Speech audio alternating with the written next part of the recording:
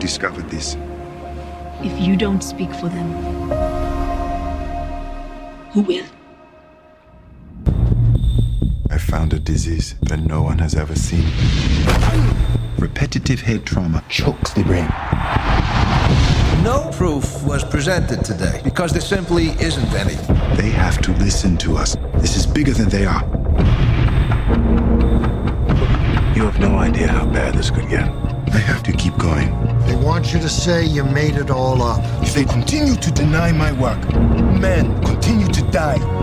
Sometimes in life, you're asked to leave it alone. But sometimes you can't.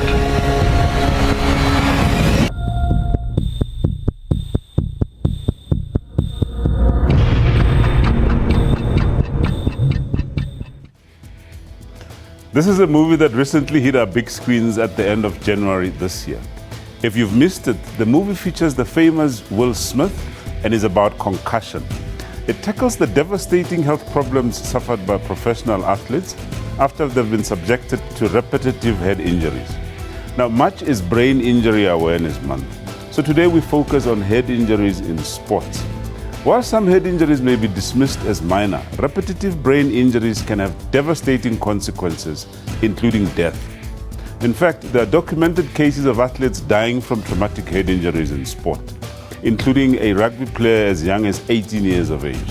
So in today's show, we'll look at different types of head injuries in sport, where they are most prevalent, how and why they occur, and most importantly, how they can be prevented or diagnosed early so our athletes' brains can be protected. We have an expert panel to help us with this, and this is comprised of a professor of neurology, a sports physician, and a Gauteng representative from Bok Smart. So sit back, relax, and learn from this bumper show ahead.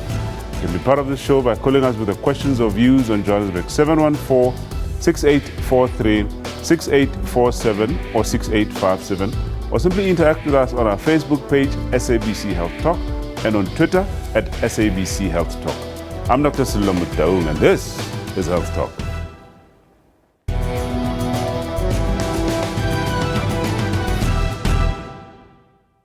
Sports is a wonderful thing. It has numerous health benefits, builds confidence for the participants, teaches self-discipline, and creates friendship among people across all social strata.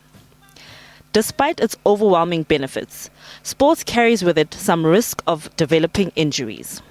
Spending a few games off the field due to an injured leg or shoulder is one thing, but when an injury is sustained to the head, a more significant threat to the individual athlete's future may come into play. In training last week, I got punched in the face, as we do, and that was actually okay. And then on Saturday, we had competition, and I got punched again. And because of the second knock, I had symptoms of concussion. So I had a bit of a headache, but I didn't actually relate it to any concussion symptoms. I just thought I was stressed or I didn't have enough water.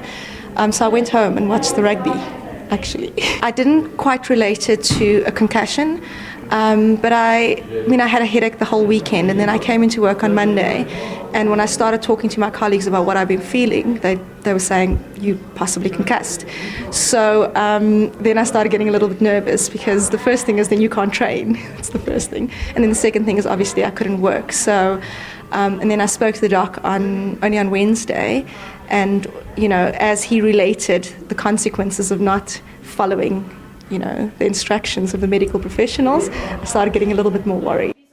A concussion can have serious and long-term health effects, and even a seemingly mild ding or a bump on the head can be serious.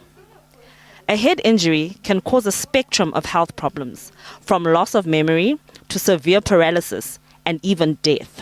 There are documented cases of athletes who have died as a result of head injuries.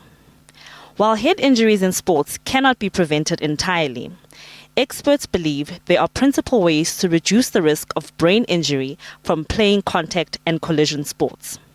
By better training and coaching, better enforcement of existing rules and changes, neck strengthening, head impact exposure, and delaying start of contact and collision sports. Okay. Well, to help us understand a lot more about head injuries in sport, we have two special guests. First up on my extreme right is Professor Girish Modi. Professor Modi is the head of neurology at Wits University. Welcome to Health Talk once again, Prof. Thank you. Okay, next to him is Dr. Pato Zondi, who's a sports physician and lecturer at the University of Pretoria. And I might just add that we heard in the news just yesterday, actually, that she has been appointed the new managing director of the Sports Science Institute in Cape Town to replace Mone du Plessis. Welcome to Health Talk and a massive congratulations to you. Thank you very much, Doctor. All right. Okay, so today we're talking head injuries in sports because, I mean, look, it's because it's Brain Injury Awareness Month. The emphasis is obviously going to be on brain injuries, but as we know, head injuries are vast. Perhaps let's start with you. What type of head injuries do we see in sports in general?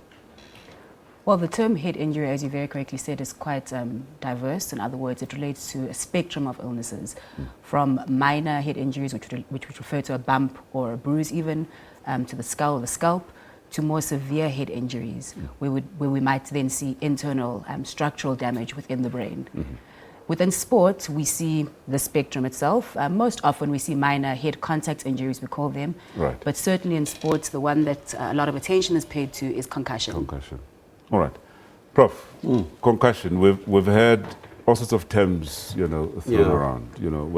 What actually is concussion? What happens in a concussion? Yeah. So you bump your head. Right. That's what you have to do. You have to bump your head against something, and then it creates a sort of a vibration or shift of the brain in the skull. Unfortunately, the skull is fixed, the brain is not.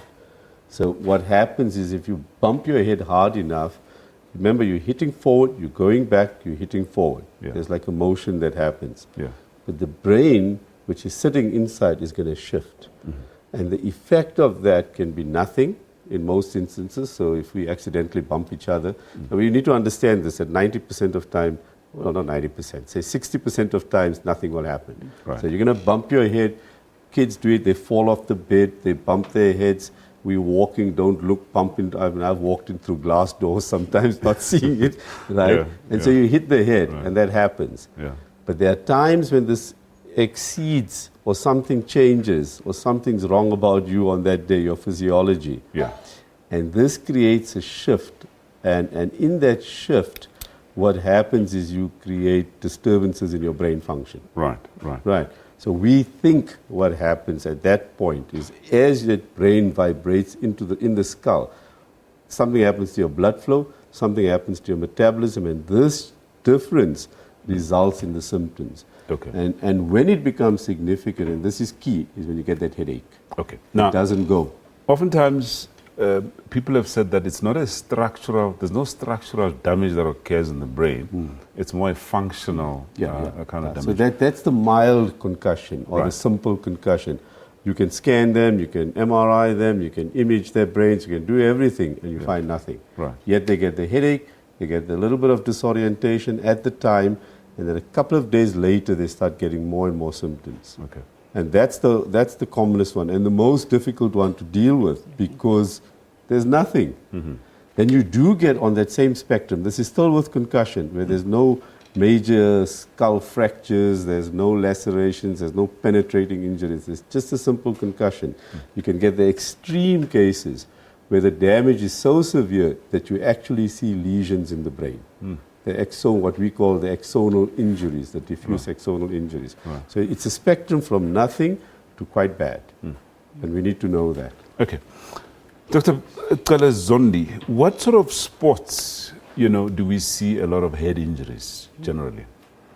Interestingly, we tend to classify sport injury risk in terms of contact sport, semi-contact sport, and then non-contact sport.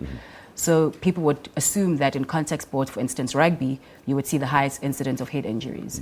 In rugby, the South African statistics, which are very much in keeping with international statistics, show that the incidence of concussion is about 11% of all injuries, of all sports injuries incurred by the athletes. In something like horse riding, for instance, or cycling, the incidence of head injuries is actually higher. So the incidence of head injuries in cycling-related injuries is about 18 to 20%, according to US data. And it's very similar statistics that you get in horse riding. Right. I think what's also important to point out is the severity of injury. Right. So horse riding, for instance, and cycling often have more severe head injuries than those head injuries seen in rugby, for instance, or even soccer and other semi-contact or contact sports. So essentially, you're saying, I mean, we mustn't be go with this illusion that it's only contact sports where you have, Absolutely. head injuries. You can get head injuries in non-contact sports. Absolutely, and also importantly, remember, also in recreational sports. Right. So it's not only the elite athletes that Right. will be susceptible to head injury. Right. And so something like cycling, we see a lot of head injuries in young children and adolescents who are cycling on the road with their parents, or maybe unsupervised, in fact. What about other sports? Hockey, football? Do we see So head injuries there? absolutely. I mean, football, it becomes a difficult one because with something like football, head contact is part of the game. In other words, when you hit the ball. Yeah. But that's not typically when you'll see the head injury. Typically, you'll see the head injury when you've got a clash of two players, head-on-head clash. With hockey, the head injury may occur with the ball striking the athlete's head. Gymnastics might also get players injured, again, due to falls. So certainly, any sport or activity where a player or an athlete can fall would put you at risk for a head injury. And then again, any contact may put you at risk for head injury. Do you want to come in there, Prof? Because Yeah. I'm thinking of other sports like boxing, where the Boxing, yeah, primary aim I was is just to gonna cause a say, concussion. oh my God, boxing. Gosh. Ban it. They'll It's very- kill me for that's saying very that. strong. It's a strong. No, it's the worst thing for a neurologist. Yeah. Boxing is like right high on the list of what we don't like. Yeah. But it's a tremendous sport and people love it. But I think the key, if I can discuss this with you as well, the key in terms of the head injuries that cause a concussion is that uncontrolled bump.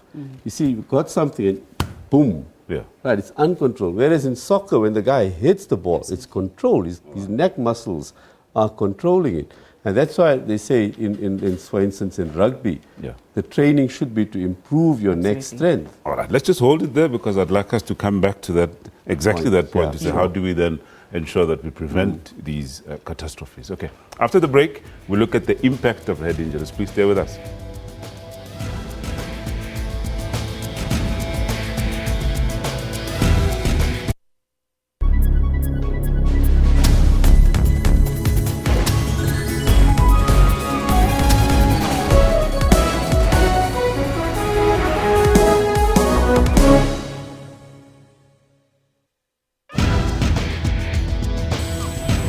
Technology isn't all scary.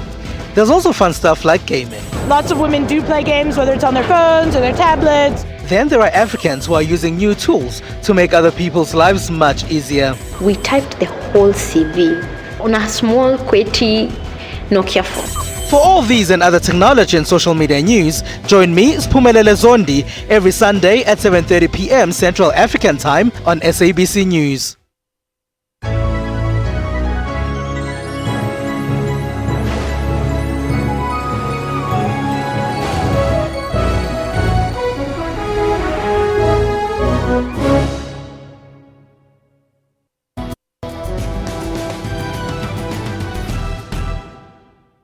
The human brain is an amazing organ that gives people power to imagine, solve problems, and communicate. A head injury is any suffering to the scalp, skull, or brain. The injury may only be a slight bump on the skull or a serious brain injury. A head injury can either be closed or open. When a brain injury occurs, the functions of the neurons, nerve tracts, or sections of the brain can be affected. When we talk about head injuries, we're talking about injuries to the brain is what we're most concerned about. And the head is actually, the skull is on the outside, and then there's fluid inside that, and then the brain inside that. And the brain is a very, very delicate structure. It's about the consistency of a ripe avocado pear. So it can quite easily get damaged or bruised. A research by the National Institute for Occupational Health shows that an estimated 57 million people globally suffer traumatic brain injuries. In South Africa, head injuries alone have been shown to account for 25.2% of non-natural deaths for children younger than the age of 15. Traumatic brain injuries are dangerous and can have a physical, emotional, and psychological effect on people. The severe ones, and these are mainly bleeds, as I say, from motor vehicle accidents and those type of things. A person can die on the scene where the incident happens, and then they can end up with severe brain injury going forwards. Okay, where they can end up with intellectual problems and problems with motor function, so they can't walk properly, etc.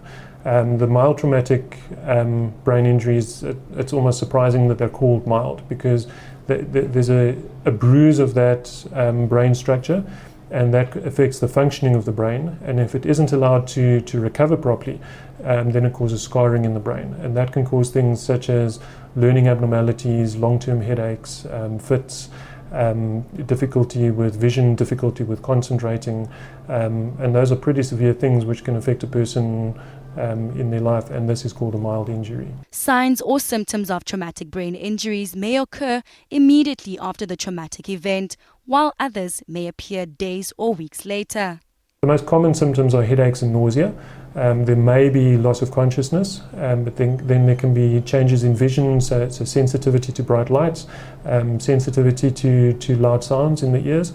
There can also be emotional changes, so the person can, I think you spoke to Cindy a little bit earlier, she burst into tears when she told me she had a headache the other day.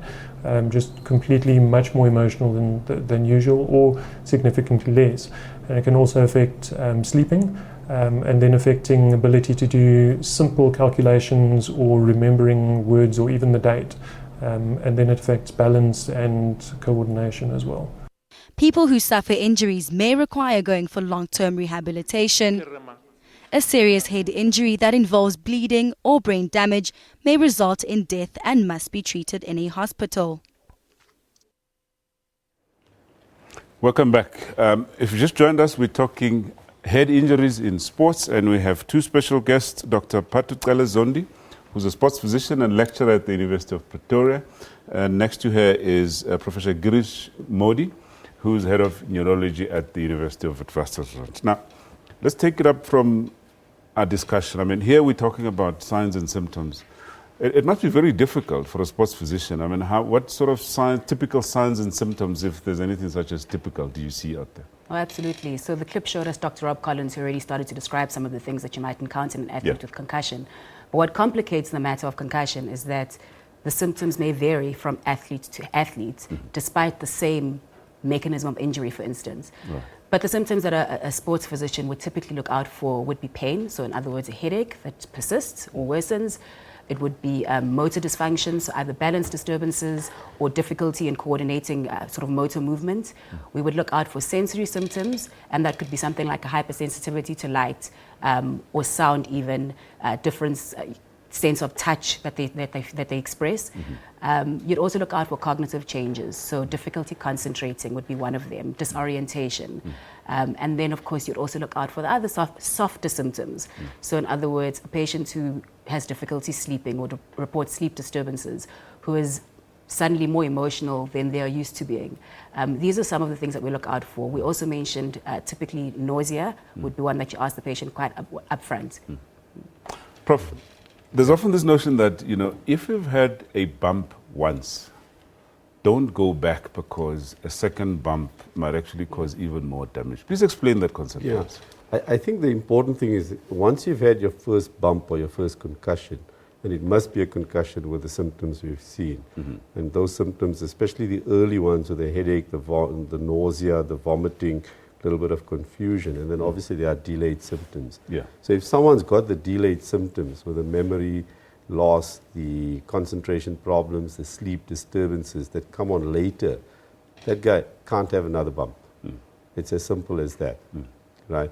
But the guys who have the bump, the people who have the bump once, they haven't recovered yet, and if you give them another bump, that can create chaos in your brain and have drastic consequences, including severe brain injury. So even if you have a similar type of bump. Yeah. It doesn't matter if it's two light bumps. Yeah. But let's say it's a sports thing. I mean, we usually see these more in motor vehicle accidents. Having said that, there's more concussion from MVAs or motor vehicle accidents than there are from sports injuries. Right. You know, I mean, we need to put this in perspective. In fact, let's put that into Absolutely. perspective. Just now you were saying, I mean, in our clip, we spoke about 25%, of head injuries in general. Well, absolutely. So I was sharing statistics with you. Yeah.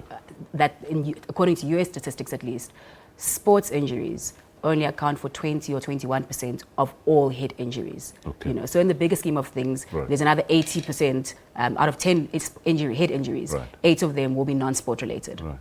Okay. Yeah, so that's important that people don't think sports is Absolutely. now bad. You know? I mean, it's going to happen. Right. So as we were saying, but it's that crucial early bump, and then we tell them, look, you can't go back to whatever. Yeah. Right? And they do. And kids love doing this. Sports people don't listen. And that's the right? problem, They got that adrenaline pumping, the testosterone or whatever they have. Yeah. And they go back. And if they have the second one, it's terrible. Yeah. That makes it much worse. Let's talk about the issue of, I mean, obviously we've spoken about the grades, that it can range from minor to, very severe. But let's talk about the impact that repetitive injuries can have. And I'm going to quote examples. I mean, we have the sad case of Joost van der Westhuizen. Yeah. And let's talk about what can result from repetitive head injuries. Let's start with motor neuron disease. Is there any link between motor neuron disease and repeated concussions? Tenuous at the best with motor neuron disease. So if you look at the early data on motor neuron disease, the epidemiological studies, trauma, not necessarily head trauma, but trauma of any kind, seems to pop up in terms of frequency. So people who develop motor neuron disease will say, I had this injury, or I had that accident, or I had that head injury, or I had that spine injury, or was involved in a car accident. So trauma in general pops up in the scheme of motor neuron disease. But not necessarily head not trauma. necessarily head trauma. But the link has never been proven. Right. So whether US got it because of rugby, you cannot say that. Right. You really cannot say that. Right. But the bigger link, where there's now more evidence, is in post-traumatic Parkinson's disease. And we're seeing that, the punch-drunk syndrome, which is what you were referring to, the repeated head injury. Right. And there you're beginning to see boxers more and more developing symptoms, not necessarily full-blown Parkinson's, but Parkinsonism, where they've got features suggesting that. And this Well, if is you from talk boxing and Parkinson's, everybody thinks Muhammad Ali. Is that the case? He probably had what we call the idiopathic Parkinson's disease, right? And the boxing didn't make it any better. But we're beginning to see these patients where, because of the continuous hitting on the head, they get damage in their brainstem and in the frontal cortex. And as they grow older, clear cognitive impairment, clear Parkinsonism. Yeah. Right. There's also a link with Alzheimer's and repeated head injuries. And that's becoming greater. And I think that link you'll see more and more, because you damage your frontal cortex. Your frontal and your temporal cortices are important for cognition. And we don't realize the little injuries that are happening that we don't know how to image at the moment, or we can't assess properly. So basically what you're saying is some of the effects of repetitive head injuries may actually manifest quite later on in life. 20, 30 years later. 20 to 30 years worrying, later. isn't it? Yeah, so that's a worry. Yeah. But like we say, the minute you have one concussion, you have to stop. And that, I mean, you agree with that? Absolutely. I mean, I think what we can talk about is how there really has been a significant progression in the management of concussion, specifically on-field management as well as off-field management. Right. And before I go into management, perhaps just to pick up on what Professor Modi said, really it's about recognizing the symptoms and removing the player from the field immediately. Right. So one thing that we do, and we have sort of a very high index of suspicion for as sports physician, is picking up head injury. If we suspect that there's any kind of concussion, we remove the player from the field so that they don't sustain a second injury or third injury within that same game, and certainly not before they recover from the symptoms. We're going to come back to management and how we prevent even more serious injuries. But at this stage, we have to go for a short commercial break. After the break, we now look at the risk factors for head injuries. Please stay with us.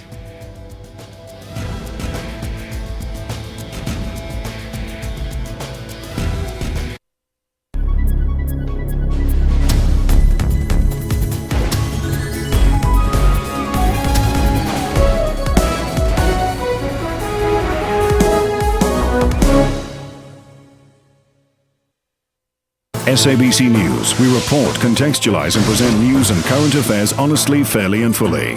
We consider it a duty to provide consistent, relevant, useful and top quality information and analysis. Our mission is to provide credible, accurate and interesting news programming, bringing news into everyone's homes in everyone's languages. Thank you, South Africa, for relying on SABC News for quality news output and for making us your #1 source of information. SABC News, Africa's news leader.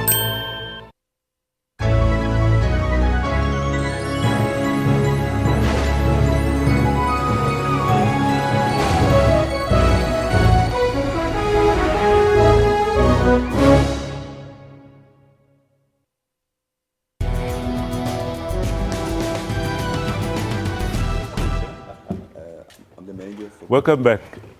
Now, we're going to understand a little more about risk factors for sports injuries, head injuries in sports.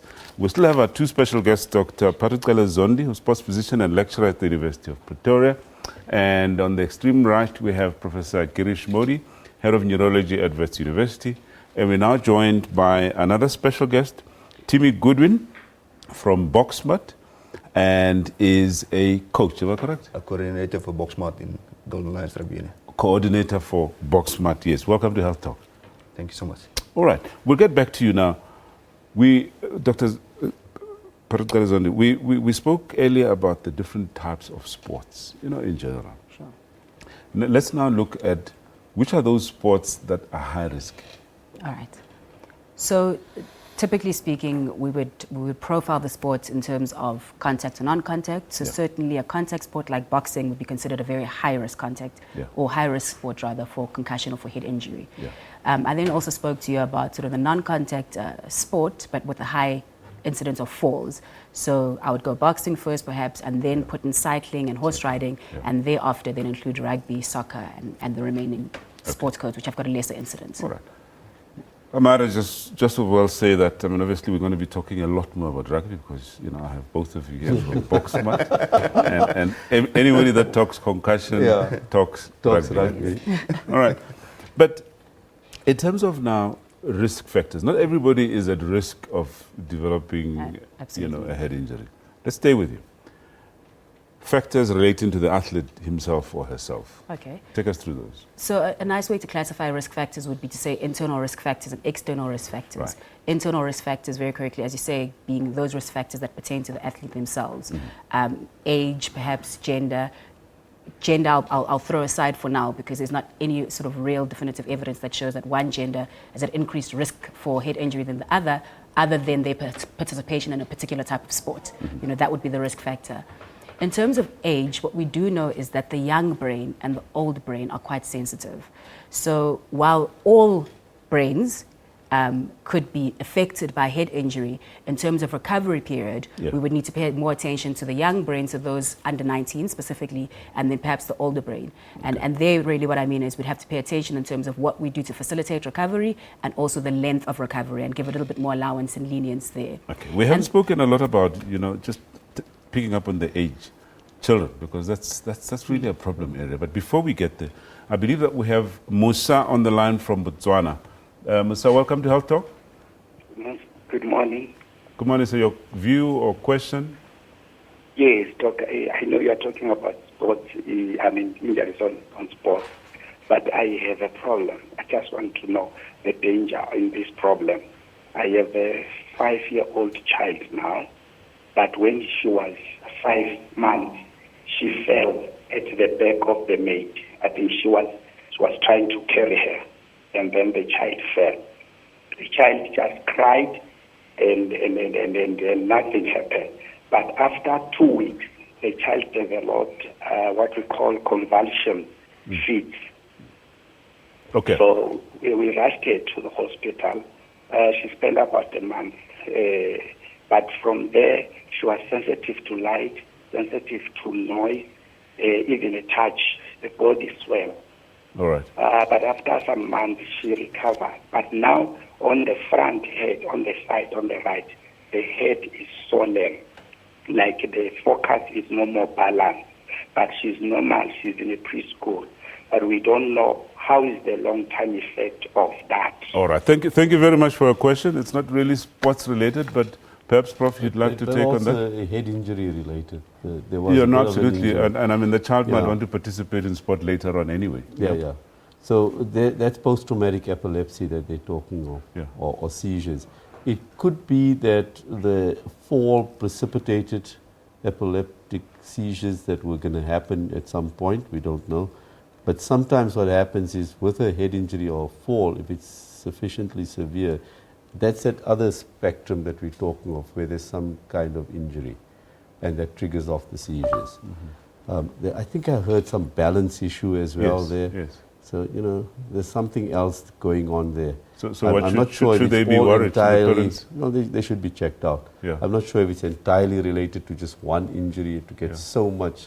But there are instances where you do get that delayed effect or the delayed neurological problem. And they really should be checked out. Okay, all right. And I'll imagine take advice in terms of future participation in sports and definitely, so on. All right. Okay, all right. Let's get back to you, Timmy. Just explain to us what you do at Boxmat. I mean, I see you guys are donning very smart shirts here. Boxmat. What is Boxmat and what do you do? Okay, Boxmat is our national rugby safety program that has been in place since beginning of 2009. After a series of head, neck and spinal injuries that have occurred over a long period of time. And from SARU's side and from World Rugby side, International Rugby Board, measures has been put in place to make sure that we look after the safety and welfare of our players going forward. So it's a program that requires or based on three main areas. The one is the Boxmat Safety Workshop, the other one is the Rugby Medic Program, and the other one is the Boxmat Spine Line. So based on those three main pillars. The Boxmat Safety Workshop is compulsory for every single coach and referee in this country to attend, and it's mainly DVD facilitated.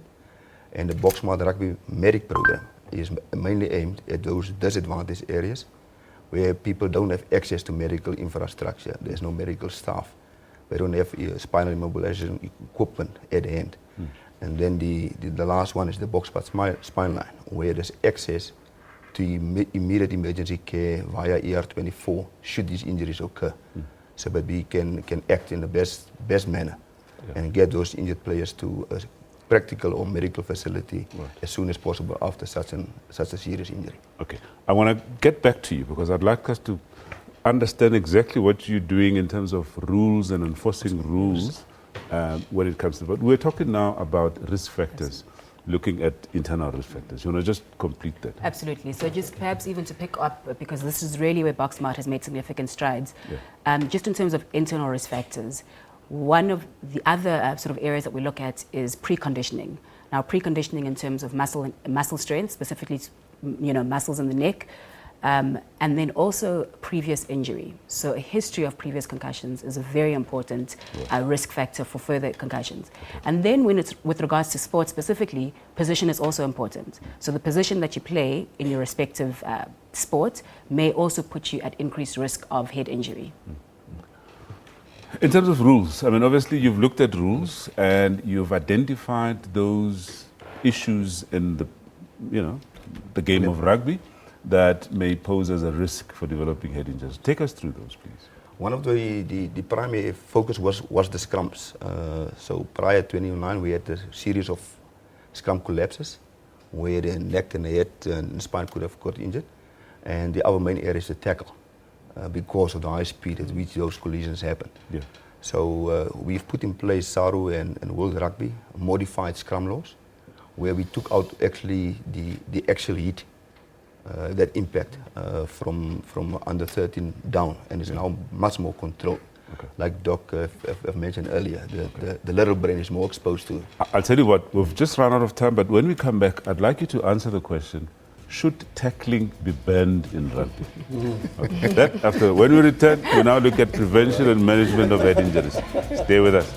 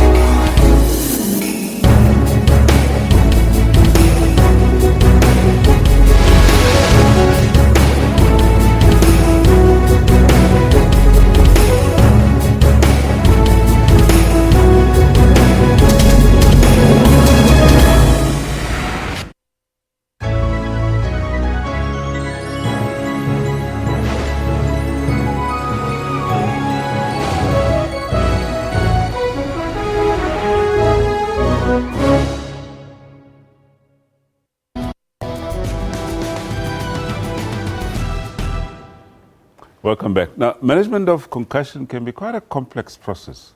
There are numerous assessment tools to aid diagnosis and monitor recovery. Treatment is often individualized, with the focus usually being on managing symptoms and determining a safe time to return to play. Take a look at one example of such an assessment. So the first is I'm going to ask you a list of symptoms. I'm just going to read a list of symptoms to you, and I want you to just give me a score for what your symptoms are between 0 and 6. So 0 is normal. So if it's normal for you to walk around with a headache, okay, then, and you have a headache at the moment, then you can say 0. Whereas 6 is when we need to essentially admit you to hospital for that symptom, and it's how you feel at the moment. It's almost like something new. Something new, yeah. But it's not how you felt on Saturday when you got concussed. It's how you feel now. Okay. So here we go with the symptoms. The first one is headache. 4. Okay. Blurred vision. 1. Dizziness. 4. Nausea. 1. Are your eyes sensitive to light? Sometimes a 3. 3. Okay. So, and are your ears sensitive to loud sounds? Not really. So about 2. 2. Okay. Do you feel that you have that you're in a fog? Sometimes 4. 4 on that as well. Okay. Do you feel more emotional than usual? No. So it's Not at all. Okay. Are you irritable? Yeah. So Okay. Do you have difficulty sleeping? I do. You do. Okay. And are you sleeping for longer than usual? Haven't really noticed. Okay. That's fine. If you were to compare yourself to normal, would you say that you feel normal, or slightly different, or very different, or you're not sure? I'd say I feel very different. Very different to normal. Okay. And do you know the month today?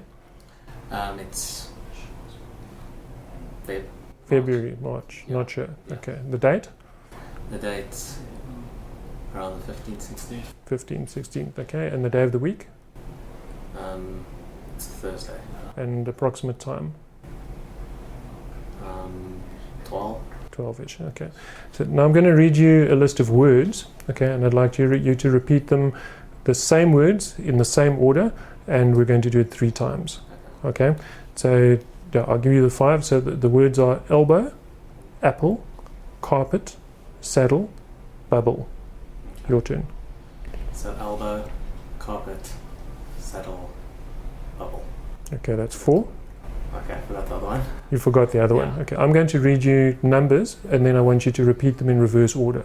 So if I say 1, 2, 3, then I'd like you to say 3, 2, 1. Okay, but it's not a maths test. Okay, it's purely how well you concentrate on what I say. Okay, so 6, 9, 4.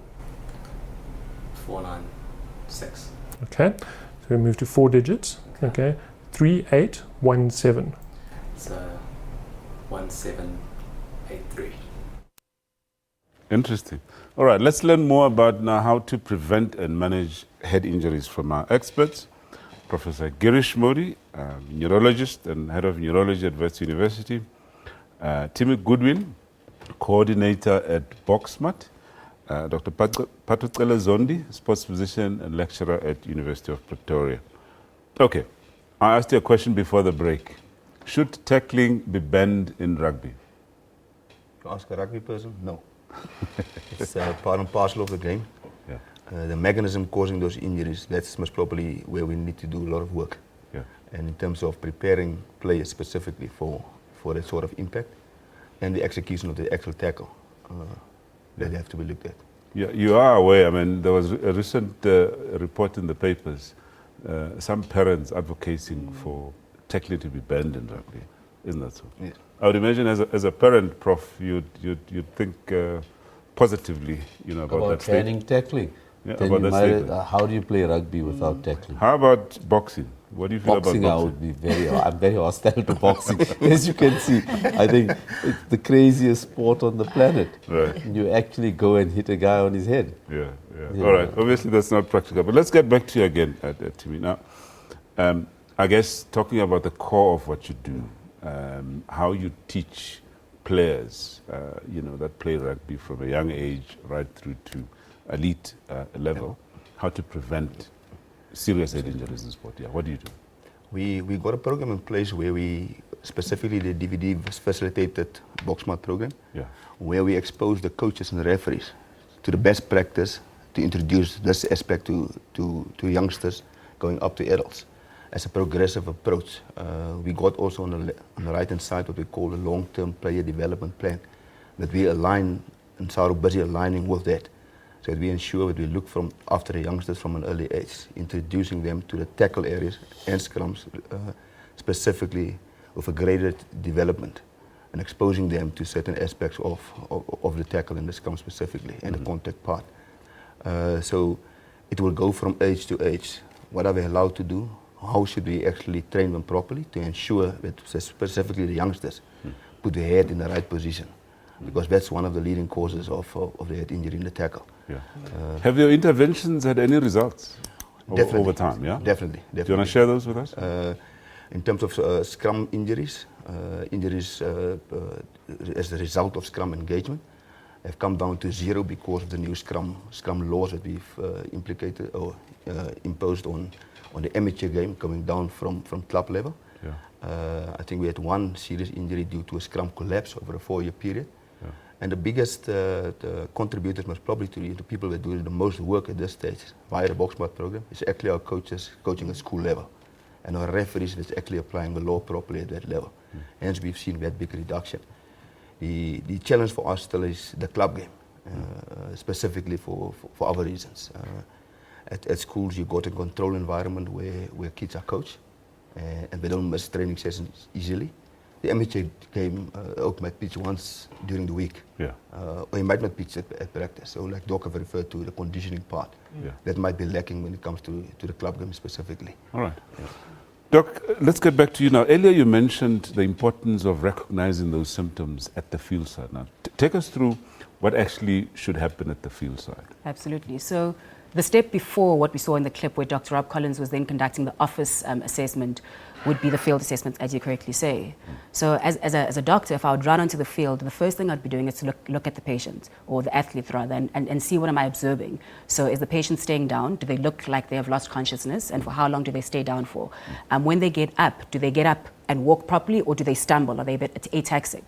When I get to the patient, I'm also observing them. Do they look and appear dazed, dinged, or confused? So all before I even start engaging the athletes. The next step would then be to engage the athletes and ask a series of questions related to the symptoms. So every doctor might have different questions, but typically I would ask, how are you feeling? So I get something subjective. Then I'd ask, do you have any headache? Are you nauseous? Are you dizzy? Can you see properly? Those would be the basic questions that I'd ask. And then you ask questions. Other doctors would ask different questions. Isn't there a standardized way that you should assess? So what I'm describing is quite standardized. The order of the way that you ask the questions might be slightly different. Right. Okay. And then finally, you also want to assess orientation. And typically speaking, you ask sort of 5 questions called the Maddox questions. You ask, where are we right now? Which half is it? Who did we play last week? Did you win or lose? And you ask questions basically about orientation.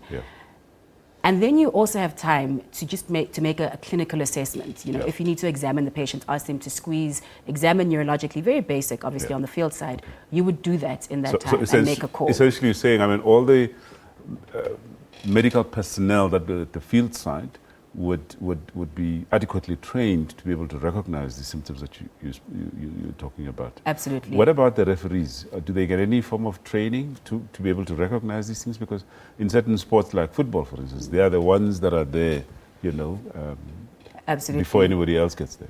So, Boxmat has pioneered this kind of learning and education amongst coaching and referees, and I talk about in South Africa and certainly worldwide as well. And under the Boxmat program, every referee that refs in South Africa must be qualified and accredited or Boxmat accredited. And in this training, they then do undergo some basic teaching and training about how to recognize concussion, and then obviously how to call for help and how to fundamentally or very basically manage the concussed player. When I say managed, essentially stop the game and allow for a proper assessment by a medical practitioner and removal or evacuation from the game if necessary. The one aspect is now dealing with the player that you suspect is concussed. Let's say it's football or rugby, okay? And the player insists that, listen, I'm fine. What you think you're seeing, you're not actually seeing. I'm fine, I'm not dazed, I'm okay. I want to go back and continue playing. How do you handle such instances? Well, what we need to recognize is the concussed player can often be aggressive and can often be confused. Right. So it really is the responsibility of the clinician to exercise discretion. You know, is the player fine because they're really fine, or are there other symptoms and signs that I pick up objectively and also from knowing the player that make me suspect that they've got a concussion and then take them off the field? I think here a number of factors need to go into play. Firstly, definitely your clinical acumen and suspicion. And then certainly your decision is the final decision. And the referee and coaching staff are generally very supportive in rugby. So if once you've made the call to remove the player from the field, even if it takes a few seconds or minutes to remove the player because they're being hostile or fighting you, the player needs to come off the field. It's as simple as that. To me, it takes a good relationship between medical personnel and the coaches. It is a challenge. Because all coaches want all players to stay on the field, unfortunately. But the referee and the medical personnel work closely. The referee, if he suspects a concussion, he will order a player to leave the field. Whether the coach agree with that, that's not the issue. If the medical personnel feel very strongly that the player is concussed or suspect a concussion, he's removed. It's as simple as that. Perhaps just to add to that, you know, and let me speak specifically about the game of rugby, there are a number of steps and layers that have been put in place to ensure player welfare. So the first one certainly would be if a referee suspects there's a concussion, he may stop a game and call a medical attendant to come on and assess the player. The team doctor then makes a decision about the player. However, there's also a third layer, and that's a match doctor. This is a doctor that's not employed by either side of the, you know, either team, but sits essentially and oversees the safety on the field. And if the match doctor feels that there's something to be concerned about, he can overrule the decision by the team doctor and overrule the decision by the ref and overrule the decision by the player and order that the player be removed from the field for at least an assessment. And there'll be compliance all the way. There'll be compliance. It's built into the rules of the game. All right. Okay, interesting. Now, Prof, one of the problems, major problems with concussion is early diagnosis because, as we said, symptoms, you know, can be quite difficult and signs could be absent. What is the future looking like? I mean, are we working at trying to improve the speed of diagnosis? I think the future is fantastic. Yeah. I mean, what's happening wasn't there. I mean, think of the days when we played soccer. There was no doctor around. Yeah. There was nobody around, and I think it's changed. And you know, we now have like the match doctor, like a match referee. You know, this is fantastic. What's happening is amazing. Actually, I think the future is bright. I think the future is fantastic. We never had sports science. We now have it, and we as neurologists are beginning to see the bad ones coming quicker. So we would sometimes see a kid coming. I mean, I remember the times when you sort of get a history. 2 years ago, I had a concussion. Now they come, boom, boom, boom. 3 weeks, and the guy's in your office waiting to see what's wrong with him because the sports science doctor has said, this is a concussion, go and see the neurologist. So the future, I think, is excellent. Excellent. Dr. Taylor, talk about, you know, absence of symptoms and, you know, functionality and so on. There's the sports concussion program and neuropsychological testing. Please just take us through the importance of that process. Wonderful. So firstly, the, you know, absolute at the foremost is the doctor's clinical opinion. All right. So that really is important, that these tests don't take the place of your clinical decision. But certainly they're there to support your diagnosis or your clinical management even once you've made a diagnosis. The SCAT is a tool that we saw Dr. Rob Collins doing in the clip, and really that's a method of assessment that assesses symptoms, orientation, balance, coordination, and cognitive function. And one would then repeat this test at certain intervals to see or to check for improvement. Okay. Other tests. So is there any value in getting all school kids have a baseline test and then, you know, regularly checked? That would be the gold standard, and that would be the ideal, because then you have something to compare against. Because as I said, the symptoms differ from individual to individual, and certainly we all differ. So to have to compare against my own baseline is the best method of care. I think in the future we must have a show just on rugby. Unfortunately, we've run out of time, and that's all we have for today. Dr. Parucela Zondi, lecturer, University of Pretoria, and sports physician, thank you very much. Thank you. And Timmy Goodwin, coordinator at Boxmart, thank you very much for your contribution. And of course, as always, Prof. Girish Modi, head of neurology at West University. Thank you very much for your contribution. All right, folks, that's all we have for you today. Remember that you can please join us next week on SABC News. And remember to please share your views and comments with us on our Facebook page, SABC Health Talk. And you can follow us on Twitter at SABC Health Talk. You can now watch the repeat of this show on Tuesday at 5 a.m. I'm Dr. Sello Mutaung. Thank you very much for watching. Thank you very much for your calls, and please do take care.